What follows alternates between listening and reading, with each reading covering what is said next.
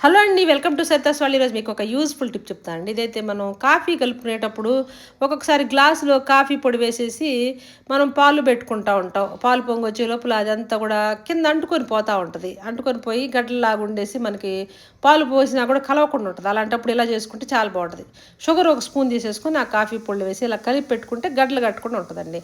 తర్వాత మనం పాలు కాగే లోపల మనం ఎప్పుడన్నా తోమటానికి వేస్తాం ఇట్లాంటి కాఫీ పొడి డబ్బాలు. అలాంటప్పుడు మనం ప్యాకెట్‌లోనే 1, 2 రోజులు ఉంచుకోవాలనుకున్నప్పుడు ఇలా క్లిప్ కనుక పెట్టేసుకున్నాం అంటే మడిచి సూపర్‌గా ఉంటది. అసలు గాలే పోకుండా ఉంటదండి. తర్వాత ఇలా కాఫీ పొడిలో మనం ఈ విధంగా పాలు పోసుకున్నామంటే చక్కగా కలిసిపోయిద్ది ఇంకా. మనకి అలా పోసేటప్పుడే కాఫీ అంతా కూడా మొత్తం పొడంతా కూడా కలిసిపోయి నీట్‌గా అయితే వచ్చిద్దండి. చాలా బావుంటది.